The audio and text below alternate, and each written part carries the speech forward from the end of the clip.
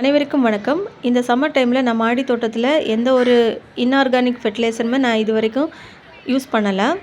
இப்போ வந்து நான் எல்லாமே இயற்கையாக தான் கொடுத்துட்ருக்கேன். ஏன்னா சம்மரில் வந்து நமக்கு நார்மலாகவே எல்லா மல்லி வெரைட்டிலையுமே நமக்கு நல்லா மொட்டு வைக்கும்.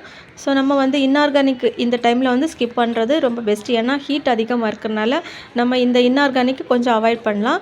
ஸோ இப்போ எல்லாமே ஆர்கானிக் மெத்தடில் தான் போயிட்டுருக்குது. மந்த்லி ஒன்ஸ் கண்டிப்பாக கடலை புண்ணாக்கு, வேப்பம் புண்ணாக்கு கொடுக்குற மாதிரி பாருங்கள்.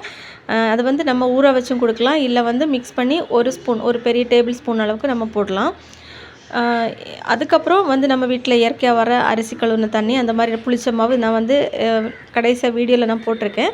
அதுக்கப்புறம் ஒரு டிப்ஸ் வந்து, நம்ம வீட்டில் வந்து பழம் வாங்குவோம். அந்த பழத்தில் உள்ள தோல் வந்து நம்ம வேஸ்ட் பண்ணாமல் சேவ் பண்ணி வச்சுக்கலாம். அது எப்படி வச்சுக்கலான்னா, இப்போ வந்து நம்ம சும்மா தூக்கி எதுலையாவது வச்சுருந்தோன்னா நமக்கு அதில் இருந்து மொய்க்க வாய்ப்பு இருக்குது. ஸோ நான் எப்படி யூஸ் பண்ணுவேன்னா, இப்போ ஒரு பிளாஸ்டிக் கவரில் வந்து இன்றைக்கி வந்து வாழைப்பழம், இல்லை மாதுளை, ஆரஞ்சு ஏதோ ஒன்று அந்த மாதிரி அதில் இருக்க தோல் வந்து நான் கவரில் போட்டு நம்ம ஃப்ரிட்ஜில் கீழே இருக்க பாக்ஸில் வந்து நான் போட்டு வச்சுருவேன். ஸோ கரெக்டாக 1 வீக்கு 7 டேஸ் ஆனதும், அப்போது சாட்டர்டே ஆர் சண்டே இந்த டைமில் வந்து நான் அதை அப்படியே மிக்சியில் போட்டு அடித்து வாட்டர் கூட மிக்ஸ் பண்ணி, நிறைய தண்ணி கூட மிக்ஸ் பண்ணி எல்லா செடிக்கும் ஊற்றுவேன்.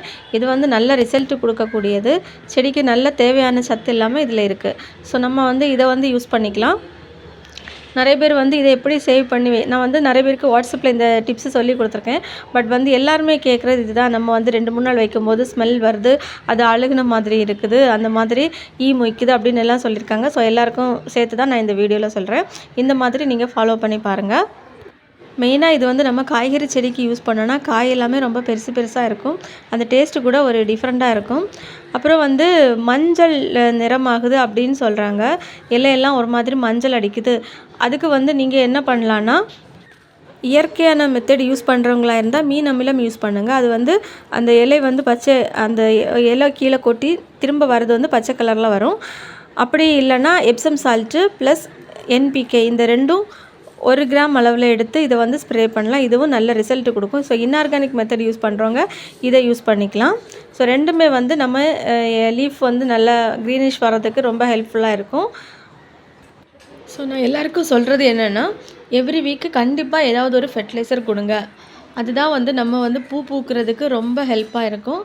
ஸோ எந்த வீக்குமே ஸ்கிப் பண்ணாமல் கரெக்டாக எவ்ரி வீக் ஏதோ நம்ம கையில் கிடைக்கிறது ஒன்று எடுத்து போடுங்க.